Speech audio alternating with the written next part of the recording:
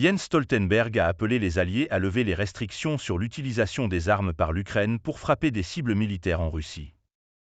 Le secrétaire général de l'OTAN a fait une déclaration inhabituelle concernant l'invasion de l'Ukraine par la Russie, qui pourrait changer le cours de la guerre.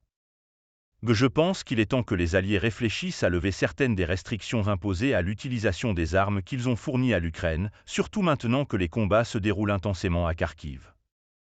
Refuser aux Ukrainiens la possibilité d'utiliser ces armes contre des cibles militaires légitimes sur le territoire russe rend leur défense très difficile, a déclaré le chef de la plus puissante alliance militaire au monde.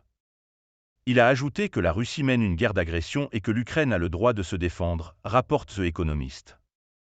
Et cela inclut également de frapper des cibles sur le territoire russe, a-t-il expliqué, soulignant que certains alliés ont déjà levé de telles restrictions et qu'il est temps pour les autres alliés d'envisager de le faire. Stoltenberg a souligné que l'autodéfense est incluse dans la Charte des Nations Unies. C'est légal, c'est légitime et nous aidons l'Ukraine à défendre ce droit et cela doit inclure la capacité de frapper également des cibles sur le territoire russe, a-t-il déclaré.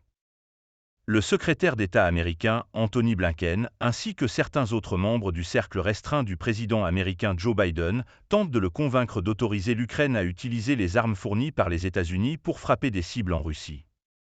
D'autre part, le Royaume-Uni et certains autres pays ont levé de telles restrictions.